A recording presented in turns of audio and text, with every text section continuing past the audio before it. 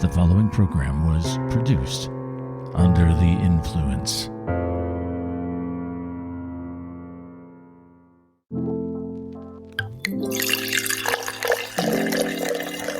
Coming up on the Tall Mike Wine Podcast. I'd stay at the Windmill Inn, 1999. Now the Sideways Inn. Right, they changed the name. Yeah, because of you. Because of me. I believe that's the first time anybody on this podcast has ever said epiphanic moment. Actually, not to interrupt you. No, I'm trying to be very polite here. He's trying.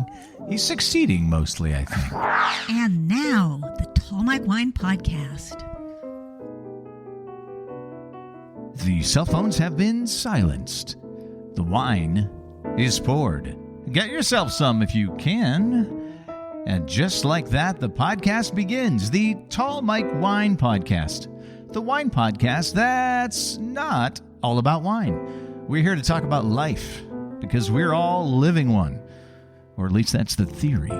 The wine podcast like no other. Now heard in 90 countries, scattered across 6 continents, and in 48 of these United States. Coast to coast from Winnebago, Illinois, to Cathedral City, California. From Sandusky, Ohio, to Marlborough, Massachusetts. Home of the Lost Shoe Brewing and Roasting Company. Yes, beer and coffee. One could live there for a while. Thanks for finding the podcast wherever you are. Now help me out with something. Spread the word. Tell your friends next time you're having a glass of wine, or do it right now on your social media. Come up with a creative post to share this episode. For extra credit, become a monthly sponsor for just a few dollars. Help me keep the podcast commercial free. Click the support the show link in the show notes, or go to tallmikewine.com, and I thank you. Now, let's start the conversation. I'm here in the Vintner's Room at Nicholson Ranch Winery in Sonoma. It's after hours. During regular business hours, I encourage you to come taste the wines. They're legit. My guest this time is a California native and an author, a writer of books. One of them was turned into a movie a few years back, and if you love wine, you've no doubt seen this movie and also probably quoted a certain scene when someone may have poured you some fucking Merlot. I'm happy to have the author of Sideways, Rex Pickett. Hey, Rex, you're here. You're on the podcast, man. Thanks for coming. Thank you, Mike, for having me. Do you prefer author or writer or novelist or some other thing you call yourself? Actually, writer. A writer? Okay. Because I've written screenplays, I've written plays, I've written librettos. Okay. And I've written novels. Okay. And I've also written poetry. Do you have any with you? No. Okay. Sometimes, we want to get highbrow on the show. You wouldn't want to hear it. I wouldn't want to hear it? No. Is it more like Charles Bukowski? Well, it was written in my 20s. So. I like Bukowski. Yeah, I do too. I'm actually a huge fan. So. All right, let's talk about the timing. The very unique case of the novel and the movie coming out at nearly the same time. This is as I understand it, and it's not typical, and I've heard you talk about it numerous times. Normally, when a movie is made from a book, or at least as far as I know, it's a book a lot of people have read. Thus, to keep on milking it, it gets sold to Hollywood, and we'll get to all that before Sideways and after Sideways stuff. But tell me about the timing and how this specific situation wasn't something that came out in your favor. I've been a writer since I was 17 years old, and I hit the skids in the 90s, which was a very tough decade for me. And I started going up to the San Ynez Valley, which is where Sideways was shot, as you know, and which is 350 miles south from where we're talking right now. Mm-hmm. And it was a little-known wine region. Really, it was just an RV crowd, if you want to know the truth. But there were some wineries. Okay. Sanford, Foxen, a couple that you might recognize. Yes, I know both of those names. I went up there to play golf, Mike, but then I discovered wineries. And as a writer, we're like thieves. We're always working. We're always taking in osmotically the material, right? We're trying to find new material. I just kind of fell in love with the place in its kind of low-key way. It was cheap. I'd stay at the Windmill Inn, $19.99. It's now the Sideways Inn. Right. They changed the name. Yeah. Because of you. Because of me. And the clubhouse bar, which is where Jack in the movie tells Miles he's going to call off his wedding, is now the Sideways Lounge. Because of you. Because of me, yeah.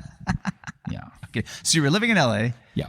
You were hopping up to Santa Ynez Valley, which is what, like an hour away? Actually about 2.5 hours. 2.5 hours. I went up initially to play golf. Okay. And then I discovered there were wineries up there. So that's a key thing. And a lot of people today, because the place is exploded. Right.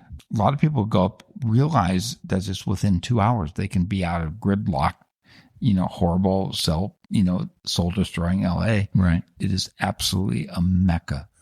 So you're up there, you're soaking it all in, the culture, Right. the wine, and then you start writing a book? Actually, no. I was up there with a friend of mine, Roy Gittins, who was an electrician on my second feature film. I wrote and directed 2 feature films, and we did 3 days, 2 nights of golfing, wine tasting. And he said, Rex, you should write a screenplay about this.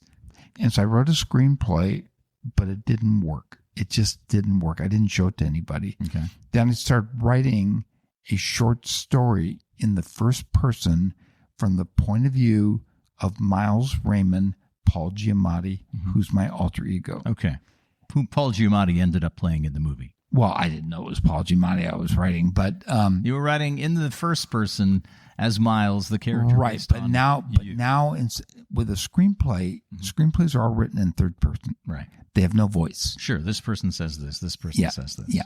So now you have a voice. You have this, singular sui generis voice. And I'll never forget, I was writing it, and it's not in the movie, but it's the opening of the novel. For those of you who want to buy it, go to rexpickettbooks.com. But anyway,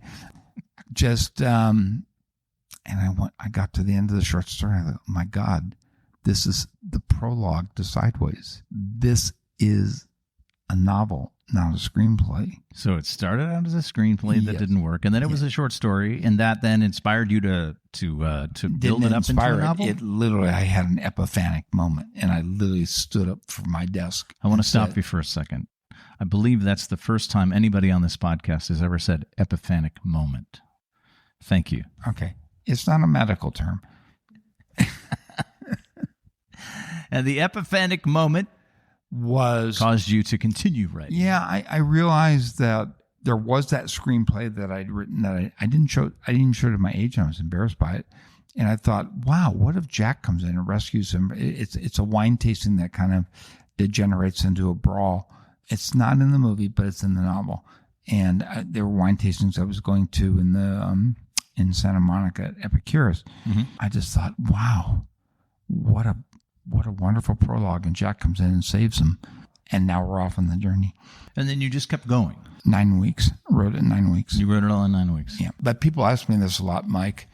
How long did it take you to write it? It was really the 5 years going up to the Santa Ynez Valley. Sure. Yeah. Sure. You were sucking it all in, and it was in here. That's right. I'm pointing to my stomach, but really it was just inside your body. Well, I'm just drawing from things up there, going to the Hitching Post, going to the Fox and Winery, going to Sanford, going to, just kind of taking it all in and unwittingly formulating a novel. And I didn't know it was going to be a novel because I had written a novel before this. It was a mystery novel. So thus Miles, who can't publish his novel, remember, from the movie. Okay. That's me. We had a 10-year anniversary of the release of the film. A 20-year anniversary release of the film 9 months ago. And, I just couldn't believe how autobiographical and personal it was. So now let's talk about what happened in the transference from you writing it to it being sold to Hollywood. Because as I understand from hearing you talk about it a few times, is you sent a draft of it to your agent. Right. And he flipped for it. He went nuts. Right. And so we went out with it to both publishing and film. So 2 different worlds. I had a new publishing agent. That's kind of a long story. And he was getting a ton of rejections. And in Hollywood, you don't hear about the rejections. They just pass. But they were all passing. Every one of them. $650 million later, they all passed on this movie. The movie people or the publishing people? Both. So you have no interest? No. And then what happens? One of the submissions was to Alexander Payne. And this is an unsolicited manuscript, and it's unpublished. And his assistant Brian Beery reads it and flips for it and gives it to Payne and says, "You have to read this novel. This is incredible." And I'm dead broke. My agent had a nervous breakdown and left the business. And I suddenly I got a new agent from him. He called me on the phone and said, "Oh my God, Alexander Payne just got off a plane. He just read your novel. It's going to be his next movie." He started screaming on the phone. So you took the money at that moment? There wasn't a lot of money. Okay, but you took the money because you needed money. I needed money, and option money isn't a lot. But yeah, you're right. Yeah. Okay. And then eventually they adapted it for the screen, and you finished the novel. No. I went up to the Sundance Valley with Alexander. We scouted locations. We did a lot of stuff, and he was getting ready to adapt it. Artisan Entertainment, fresh off the spoils of the Blair Witch Project, which was a stupid movie, but whatever. But I remember it. Yeah, it was a sensation. But yes, it made millions. They greenlit it as a $10 million film. I thought, oh my God, I'm in heaven because I get 3% of the budget. Okay. So it was front page, Hollywood Reporter, Daily Variety. Those are big, big publications. Yeah. And then about 2 months later, Alexander Payne calls me up and says, Jack Nicholson decided to lower his fee, and we're going to now do About Schmidt. Okay, so now he's got another movie. Now it's like I'm going to wait 2 months with Jack. Not 2 months, 2 years. Okay, I thought, fuck, because it had been greenlit. Mm-hmm. I mean, officially greenlit. Anyway, so what year is it now? So that would have been 2000. Okay, yeah. Has it at this point? It's in limbo. Right. Yeah. Has it been published as a book? No. Okay. Even after, it's kind of a funny story, but even after it had been greenlit by Artisan Entertainment, the only one who bought it were the Japanese, Sony Publishing. So I thought I was going to be the only author whose first novel would be published and he wouldn't be able to read it. Japanese. That's how I thought. Okay. But what they did was, once they heard that he was going to have to make About Schmidt, they decided to wait on it and not publish it. Okay. So it wasn't published as a book? No. And it wasn't being made as a movie? No. So here we are. Here you are with your baby that you just birthed. It's been optioned, and the option keeps getting re-upped, Mike. Okay. You know, so that gives me hope.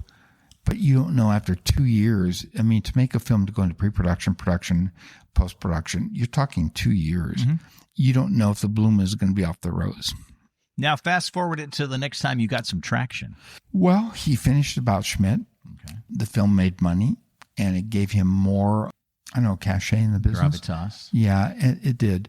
So he did a couple of interesting things. One thing, instead of going out and getting a production deal, which he could have gotten because he's hot. So Alexander Payne is a rainmaker. Right. He's a green lighter. Sure. If he wants to make your movie, it's going to get made.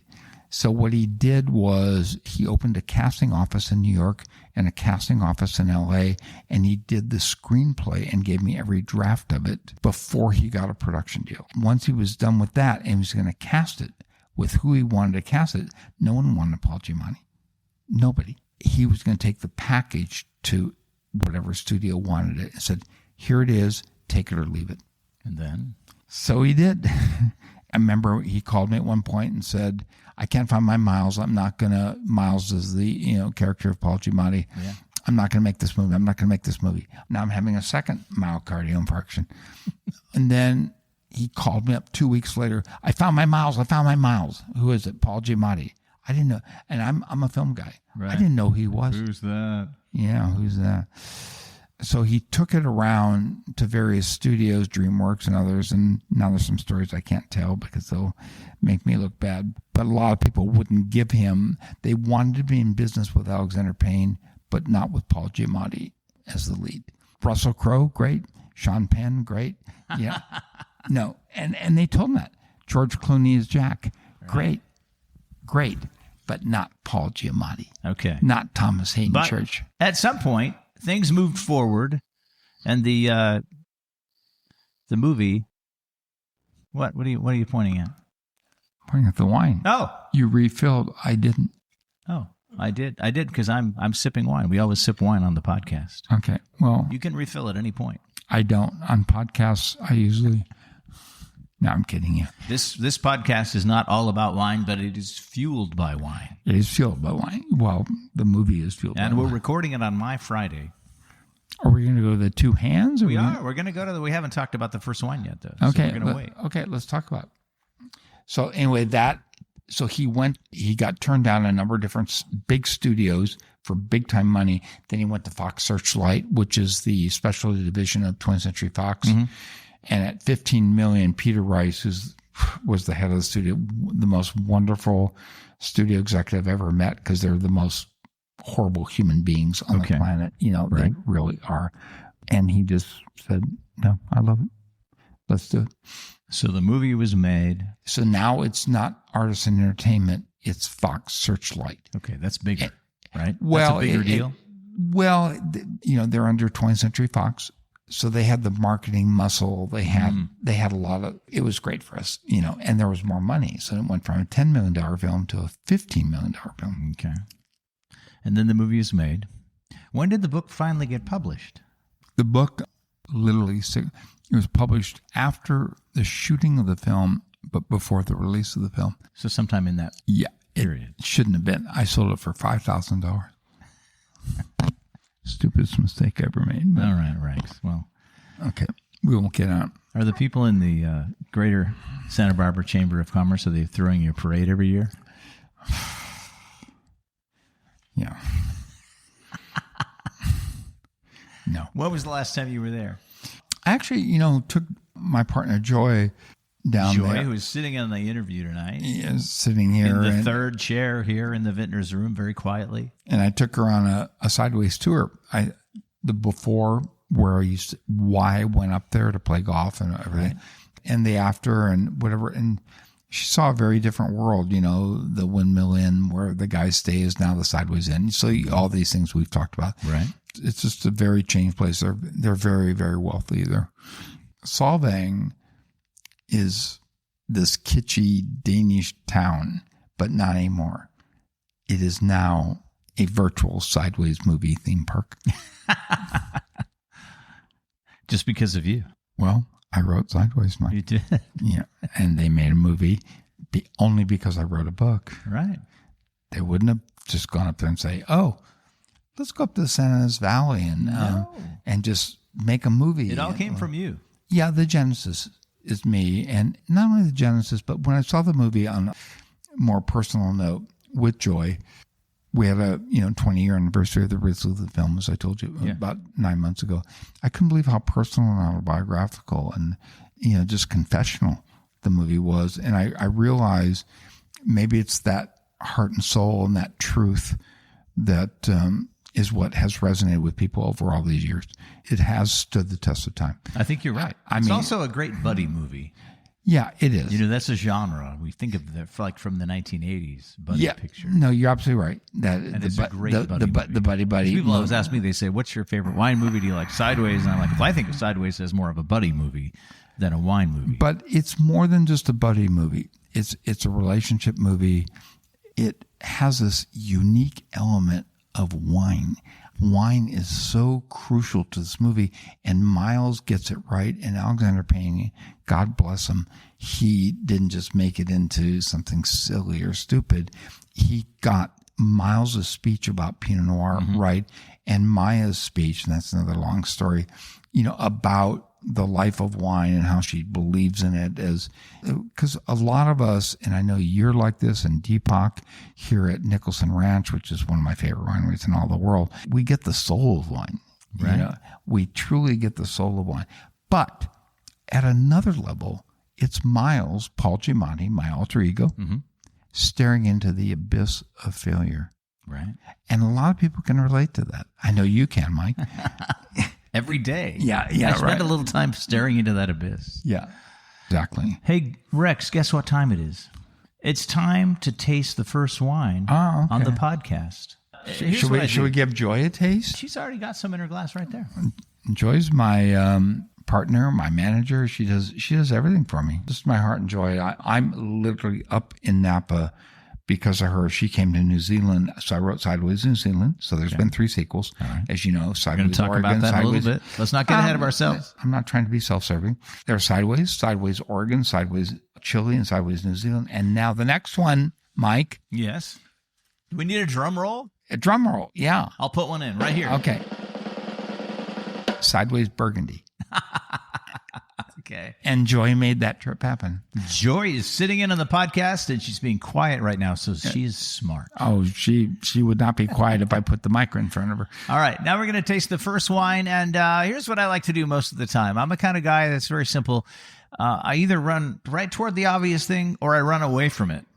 So in this case, Rex Pickett is coming, whose novel, turned into a movie Sideways, was all about the love of Pinot, and for a brief moment, it was all about the hatred of Merlot. So did I bring a Merlot and a Pinot to the podcast? No, I brought neither thing, because sometimes I run away from the obvious, and that's what I did today. So today, the first wine we're going to taste is a Bordeaux blend, and actually, I can't say there's no Merlot, because there is a little bit of Merlot in this blend. What?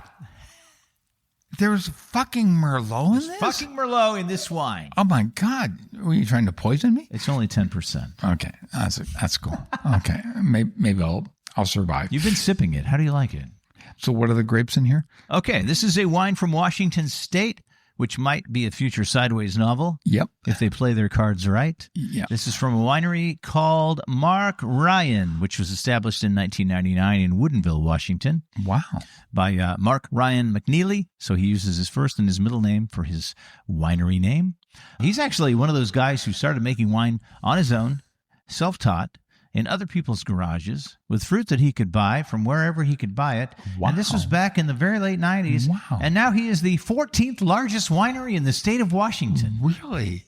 It's a pretty nice story, isn't it? Wow. Yeah, give him a round of applause. He's homegrown. He is. He's homegrown. Yeah. So he has his flagship brand, Mark Ryan. And now over the years, it has spawned secondary labels. And this is one of them. This is a wine from a label he calls Numbskull. I don't know why he calls it that. I've not been able to figure that out. Well, he's probably trying to self-identify. That might be true. No, I'm kidding. So this is a Bordeaux blend. They make a lot of Bordeaux blends in Washington because they grow all of the Bordeaux grapes. Right. Yeah. And actually, not to interrupt you, because I'm trying to be very polite here. He's trying. He's succeeding mostly, I think. Mostly. Wow. Okay. He's being critical. I did an event at Walla Walla. Okay. And you're right. You're right, Mike. It's all, it was a 3-day, 2-night event.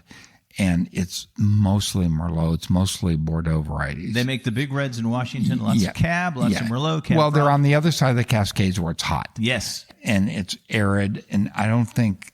Is there any Pinot there at all? No, it's too hot for Pinot. Yeah. If you grow Pinot in Washington State, you're going to be making your wine from little raisins. I'm taking your picture for Instagram. Oh, okay. Well, thank you. I actually was blown away because a lot of the Merlots were complex and interesting. Mm-hmm. So Merlot, when it's good, I mean, like I said, by the time I wrote the novel and I wrote that line, I mean, Merlot had become a $5 plonk. Let's face it. This is a terrific wine. Wow. I'm glad that you like it. Tell me more. Tell me what you think. Tell me what you smell. Tell me what you taste. Tell me how it makes you feel. This is a blend of 78% Cab, Cabernet Sauvignon, 10% Merlot. There's a little bit of Malbec, 6%, and a little bit of Petit Verdot, 6%. You could actually label this as a Cab because it's over 75% of the blend. And you know what's amazing? The first thing I get is it doesn't have the harsh tannins. No, it's very soft. Yeah, it's very soft. It's big. What year is it? It's soft. This is from 2021. Is it really? It has not been sitting in my cellar for very long. I find this wine very drinkable and enjoyable. And I'm not saying that for your benefit because I owe you nothing and you're not paying me anything for this podcast. It's true. Yeah. There's no budget for that. Yeah. Well, no, this is the budget. This is where the budget goes, yes. Yeah. It goes to the wine. Can I have a little more? You want a little more? Yeah, I do. Okay, here we go. I actually really like this wine, Mike. Is that blasphemous? It's not, because this is a good for wine. For the guy who wrote the famous Merlot? Well, let's hope you have a little more variety in your life than just having Pinot every single night. Well, you know what? You're the Pinot guy. I am a Pinot guy. How do you like this label? I'm not a fan of it.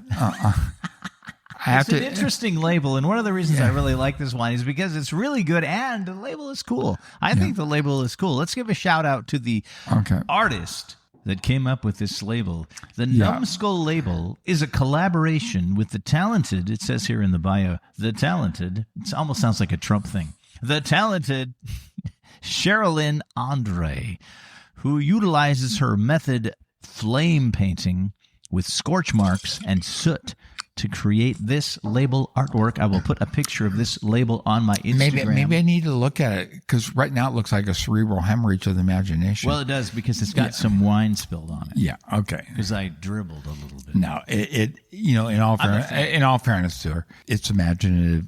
It's actually sui generis. I've never seen a label like that. I mean, it kind of looks like, I'm drinking death. All right, I'm now going to present you your very own stack of Tall Mike Wine Podcast coasters. I'm actually going to give them to Joy for safekeeping. You can take those home and use them. You can set your wine glass on them. You can set your cocktail on them. And if you would like your very own stack of Tall Mike Wine Podcast coasters, all you need to do is email me at tallmikewine@gmail.com. And you know what? Wait, I have to get They are picture. really nice. The coasters? The coasters are nice. Thank you. Yeah. You already have some, right? And we use them. I think I gave you some when I first met you. Yeah, you did, and we use them all the time. All right, pick up your wine glass. I want to take a picture of you with the wine glass and the microphone in hand. This is kind of the stock Tall Mike Wine Podcast Instagram post picture. Okay. This wine is really tasty. I'm glad that you like it. I'm sure the people up in Washington will love to hear it. Is this gauche to ask what it retails for? About $35. Are you joking? I'm not joking. Wow. And here's a little bit of inside information. I am a member of their wine club, so I get this for even a little bit less. Wow. I can hook you up. All right, let's move on. Wikipedia tells me you were born in Merced, California. Wikipedia also mentions, quote-unquote, famous natives like Janet Leigh. She was the woman in Psycho. Dozens of Major League Baseball players, even Demi Moore, quote, lived briefly in Merced. Really? But there is no mention of Rex Pickett under famous Mercedians. What?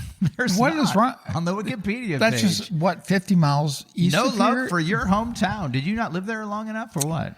No. My dad was a captain in the Air Force. Okay. And so he was stationed at Castle Air Force Base there. And that's there in Merced? Yeah, and I was born in Castle Air Force Base. So you were born there. And how long did you live there? And then my dad, he got drunk and he punched out a major colonel. And so that's not a very good move. They gave him an honorable well, he was a great pilot. I've never been in the military, but yeah, that's you don't punch out a.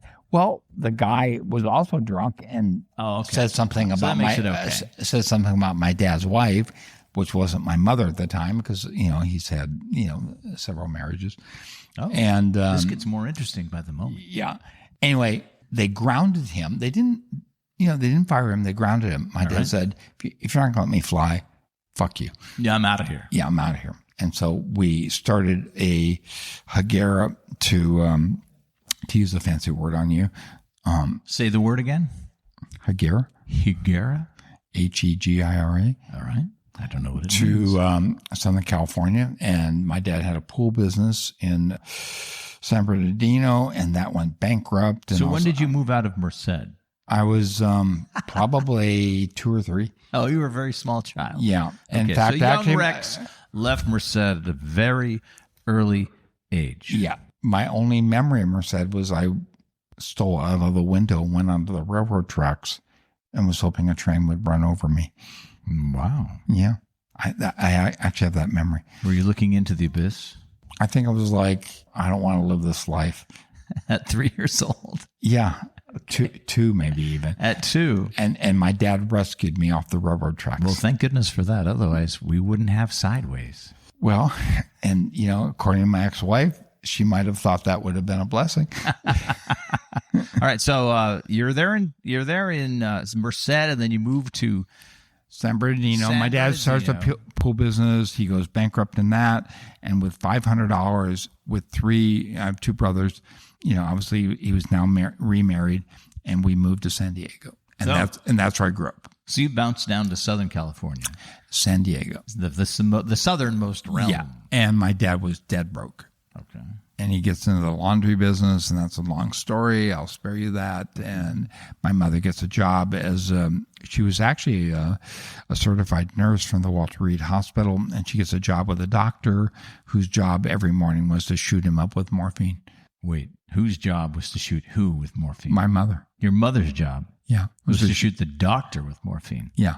I had to give him a shot of morphine every morning. How come this hasn't been turned into a novel? I don't know. It might be. Tell me about your siblings. Brothers? Two brothers. Are you the middle? The only? Yeah, I'm in the middle. Yeah. I'm a middle child. Okay.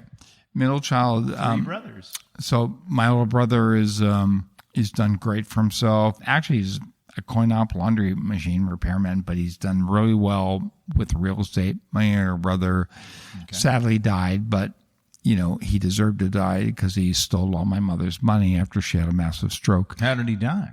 A stroke. He died of a stroke? Yeah. Your mom died of a stroke, and then he died of a stroke? Yep. Yep. This sounds like karma to me. Yeah. And it sounds pretty tragic. And I was very close to my younger brother. This is getting too personal for the talk. It's getting really personal, and it makes the next question on my list here. I mean, maybe silly. this will jump your ratings. The next question is, was there wine on the table when the Picketts sat down for their evening meal? No, there wasn't. But Joy is laughing at that. No, there wasn't. There were distillates and whatever. My parents did get into wine later, but they were cheapskates. So they, Kendall Jackson, jug wine. Yeah. Yeah. Lancers Rosé. Almaden. Okay. Yeah. Almaden. Yeah. Well, that was back in the day. Yeah. It was back in the day. And they drank a lot of it, but they did well. They did well. And my dad got into the laundry business. He owned 5 laundromats at one point, back when that was a big deal. Now, of course, it's all, laundry rooms and apartment complexes. But back then, you went to a laundromat. There's still laundromats around. But not like back then. There was one on every third block, and I worked in many of them. So I worked hard. I put in my dues at laundromats. And I was writing. This when you were a teenager working at the laundromat? Yes. Were you reading books back then? I got on the University of California at San Diego, and I fell in love with novels and movies. I just started reading copiously. Is the best way. I mean, Brothers Karamazov and, whatever. Right. Let's go back just a little bit. Who gave you... Wait a second. You just went back? As a kid, who gave you your first book? I mean, first real book. Were there people in your life, adults, that were gifting you books? When I was a kid, my dad, like a lot of kids, turned around to the Hardy Boys and that kind of stuff. Good stuff. Actually, it was a guy at high school. He gave me William Burroughs' Naked Lunch. You went out into the freaky area. I went into the dark and the experimental. Sure. Never returned. Well, I'm returning now. Well, you're somewhat returned, but I think you never actually return all the way. No, really. You don't. You're absolutely right, Mike. But I was exposed to a lot of experimental literature. And then when I got into the University of California, San Diego, the professors there just really exposed me to a lot of incredible cinema. This is important, and literature. Mm-hmm. Beckett, Kafka, Godard, we could just go on and on. The French New Wave. Yeah, right, exactly. Love that stuff. Yeah. Love that stuff. Yeah, all of it. I've seen it all. So you went to college, and at what point did you set out to become Rex Pickett, author? I was always writing. Okay. And I started the first literary magazine at the University of California, San Diego, and I was writing poetry, as a lot of early writers do, because it's easy to do. And then I started writing experimental novels that nobody wanted. And then I met a woman who I started making films at the University of California, San Diego. And then I met a woman who wanted to kind of partner with me to make feature films. We made 2 feature films together back in the analog days, not the digital days. Real film. Yeah, real film. The canisters. 9 years of my life. Okay. We parted company, and she went on to win an Academy Award for a short film I wrote. And then she went on to become the chair of NYU. This was before all the other stuff, the Sideways stuff. It was. But when Sideways came out, there was a lot of heat around it, a lot of excitement from my agent and other people, unpublished manuscript. Okay. But my ex-wife told me to burn it. She told you to burn Sideways. Yeah. And, Okay. and, I'm glad you did listen to her. and she won an Academy Award for Best Live Action Short. And she went on to Before that. become the chair of NYU Tisch School of the Art. And she told me to burn Sideways. And she was not joking. People are mistaken. Well, sometimes. I come up with these adages, and Joy hates this, and she's probably waving at me right now, but She's not. She's sitting with her hands in her lap. no criticism is above criticism itself, Mike. Just because somebody says it Let me write that down. doesn't make it so. Let me write that down. No criticism is above criticism itself. But it hurt you. I went on a 3-day bender when she told me to burn it. I literally just thought, this is a complete fucking piece of shit. Right. Don't show it to my agent. Right. Don't go out with it. You're just going to. She said, Rex, this is going to destroy your career. I said, Barbara, I have no career.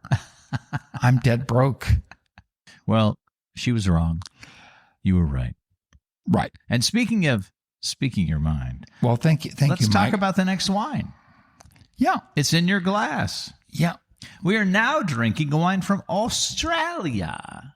2 hands. And I'm a big fan of wines from this part of Australia. There's this area of Australia right around the town of Adelaide, which is in the South Australia province, which, Can as I- the name can I might get- imply, is in the south part of Australia. Can I right in the give middle. just a little bit of a Please. prop here? Please. So my last novel, Sideways New Zealand. Okay. So I'm just across the strait of You're close. whatever it was. Whatever that's called. Yeah, that strait of whatever. Joy crossed it with me. She would know. She's laughing over there. I met a lot of Australians, and I actually know a lot of them. This is from 2017. You know what, Mike? This Yes. is a fantastic wine. I'm glad. I only bring the best stuff to the I'm podcast. you know me. I wouldn't. No, you're not going to bullshit. I me. know wouldn't that. blow smoke up your small podcast. I'm kidding. This is a 2017. This is 8 years old. Mm-hmm. It is fresh. Mm-hmm. It is vibrant. This is how they make them in that part of Australia. You've got Wow. this area. Wow. Right around Adelaide. Okay, hold on a second.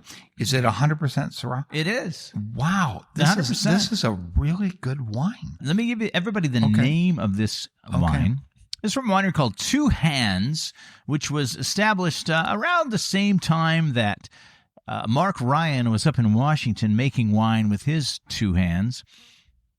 1999, founded by two guys, Michael Twelvetree and Richard Mintz. Now, when you look at the current vintage of this wine, it only tells you that the wine was founded by Michael Twelvetree. Richard Mintz is no longer in the picture. I don't know what happened. But when you go on the website, it's like the two guys founded the winery. You pick up the bottle now and it He says, might have been eaten by a crocodile. just the one guy. Oh, that's a good theory. Maybe a crocodile ate him. Well, I just Maybe saw the I dingo saw ate a your picture of a baby. crocodile eating an Australian coming out of the ocean. No, I'm kidding. All right, I mean, so this is a really good wine. Wow. Two Hands is the name of the winery. Lily's Garden is the Wow. name of this particular wine. They make a bunch of wines from all over the McLaren Vale, the Eden Valley, the Barossa Valley. Really? They are mainly, if you were in France, you would say they are negociants. They're people who buy grapes Okay. from all over and make the best wine they can make from the specific region they're buying those grapes. okay. So this is what they do. They don't really grow a lot of grapes. They do have some estate vineyards. Are they like the Vignerons?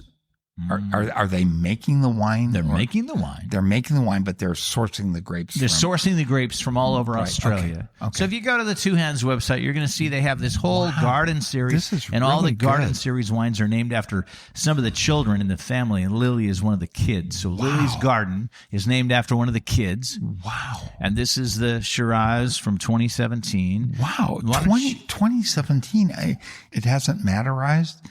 It hasn't collapsed. For this particular region of And- Australia, and- this and is you know actually what? still very young. These it's- wines live a long time. Really? Yeah, these wines live a Wow. long time. I'm really, I think it's just moving into the nice. I mean, this drinking is- window. Have you tried it yet, Joy? Okay. Do you like it? She likes it. I mean, I actually have had very few wines from Australia, if you want to know the truth. And this actually surprises me. I mean, I shouldn't say actually surprises me. It's very soft. My coworker, Jessica, you guys saw before we steeled ourselves up in the studio here, she tasted this and she says, "Oh, that's like blueberry pie." Mm-hmm. Right? You know what she said about the previous wine, the Numbskull? Yeah. She said, this wine is like eating some really good brisket. That's Jessica. She's got good tasting notes. What else do you think of this wine, Rex? If somebody said, "Hey, write me a tasting note for this wine." You know, wine, like a great movie, like a great book, has a 3-act structure. Okay. There's the front attack. Yes. So we get the front attack. And then we get the middle. And the middle is the second act. And the second act is usually the bigger act. It's where all the conflicts and everything comes together. Right. And so many wines. I mean, just go to Whole Foods and get supermarket wines. The second act, it just collapses, right? Right. There's no second act. There's no second act, right? And then the third act, you're just trying to fucking get it down or whatever. The third act is the finish, right? After you swallow the wine, how does it make your mouth feel? Yeah, it is, but I still think the second act is where it's really happening, and that's what I found in Burgundy. But to me, in the second act, I'm getting, I hate to say minerality because I don't like that word, but I'm getting the earth. I'm getting the soil. Yeah. I'm getting the terroir. I'm getting the climat, as they say in Burgundy. They call it the climat. Climat. Yeah, the climat. And of course, the third act, I'm spitting here, but I'm assuming that the third act here is just going to be a climatic finish of that second act. But that second act is the key for me. The front, there are a lot of wines, Mike, that have the front attack. Yes. And they can, do something on the front. Just like a lot of movies start out with a big idea. That's right. And you say, "Whoa, this is amazing." And that's right. Then it turns into just a big mess. Exactly. But the second act is when you have to, as a writer, the conflicts have to all start to kind of materialize, and they have to complexify, and they have to make sense, and they have to bring us to that third act. They have to bring us to that finish. Honestly, the first wine was decent, but I think this one actually is giving that 3-act structure. Okay. Yeah. But you like that first wine. I like the first wine for being mostly a cab blend. Okay. And I'm not a cab fan. I have to be honest with you. I'm up here at Nicholson Ranch because you make Pinot, you make Chardonnay. Right. I love Rex is a member of the Nicholson Ranch Wine Club. Yeah. If you'd like to join the Nicholson Ranch Wine Club, send me an email. tallmikewine@gmail.com. Yeah. One of the only wine clubs he's a member of because he loves Deepak and he loves Mike and whatever. The way I usually structure the podcast with the wines that I bring in is the first wine is sort of the appetizer. It's sort of like, "Oh, this is good. I'm really loving it." And then the second wine is supposed to really put the hammer down. And I think this wine has put the hammer down on you because you really like this a lot. It's a little more pricey. I'm surprised at your depth of imagination. I'll take that as a compliment, I think. That you would pour a Shiraz for the Prince of Pinot. Well, like I said, I either run right to the obvious, bring a Pinot, bring a Merlot, or I run away from the obvious, no Pinot, no Merlot. No, I mean... I knew you could taste this and you could love this wine. This has a richness to it. Thank you, Mike. You're welcome. Thank you. I'm happy to share this wine with you. Yeah, no, thank you. I'm glad that you like it. Yeah, I'm surprised. I really am. Delightedly surprised. If you regularly enjoy the Tall Mike Wine podcast, here's a way to make it better. Become a sponsor. Drop a little cash to help with expenses like wine, like coasters. Come on, you can afford it. $5 a month. $3 if you're on a budget. $10 if you got a serious stash and want to live large. Click the support the show link in the show notes right there on your phone, or go to tallmikewine.com. You won't be sorry. I'll give you a shout out on a future episode. Rex, when did you start telling people I'm a writer? And were you in fact being paid to write things? What were those things back then? I told my dad I wanted to be a writer when I was 17. I was going to write poetry. Okay. So he kicked me out of the house. At least he didn't punch you. No, he didn't punch me. But when did you start telling other people that you were a writer? 18, 19, Okay. 20. Right. And it's never changed. I've never worked an honest day in my life. I've made my whole life. And, I'm not rich, but I've made, I've had a lot of people help me, but I've made my whole life as a writer That's awesome. and a filmmaker. What was the last book that you read? And what are you reading right now? Dennis Johnson, who died recently, Okay. sadly, he wrote Jesus' Son, which is a great collection of short stories. Mm-hmm. But The Largesse of the Sea Maiden is a terrific collection of short stories. Dennis Johnson. Yeah. Okay. Denis, only one S. And one N? One N. That's right. And one. That's right. Normally Dennis is two. Yeah, I know. I'm sorry. Yeah. I've had maybe a little too much Shiraz here. That's all right. You're having a Okay. good time. We Yeah. appreciate it. Yeah. Okay. All right. What are you writing now? Right now. Sideways Burgundy. Oh, okay. Because you So- were just there. Yeah. I write in first person from the point of view of Miles Raymond, who is Paul Giamatti in the movie. Right. So wherever I go, he goes. Okay. I went there with Joy, thanks to Joy, and we had a fantastic time, and it just inspired the next novel. So that's it. Sideways. That's what you're writing right now. First draft is done. I'm going into the second draft. Okay. If we haven't already mentioned it, let's tally up the Sideways universe. Sequels, Sideways the musical, etc. There's the original book, Sideways. And then Right. after that, there is... Sideways Oregon, which was originally published as Vertical, but it has been rebranded as Oregon. Wait. And I'm Published as Vertical? Yes. Sideways Vertical? just Vertical. Just the book Vertical? But it's I been, want people to be but able to my find new these. publisher has rebranded it as Sideways Oregon. I'm very proud of that novel. Then there was Sideways Chile, and then there's Sideways New Zealand, and now there's Sideways Burgundy. There's also Sideways the play. In fact, tonight Yes.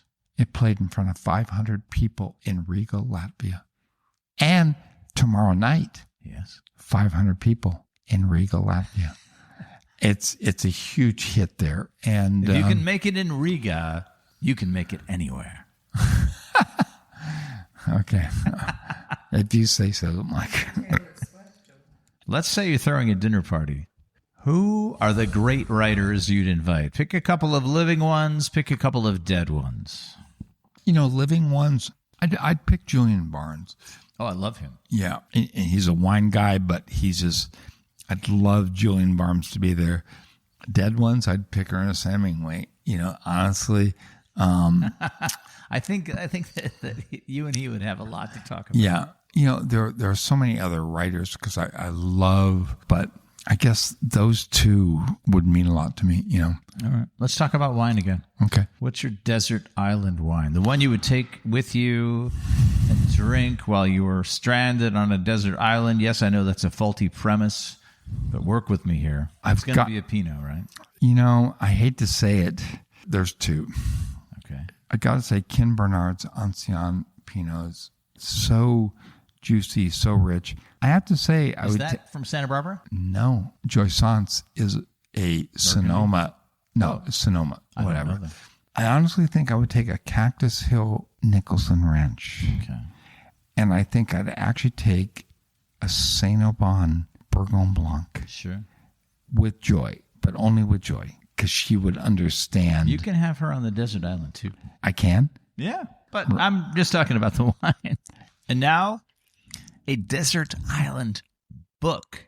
You're on the desert island with just one book. What is it? I want to say Sideways. No.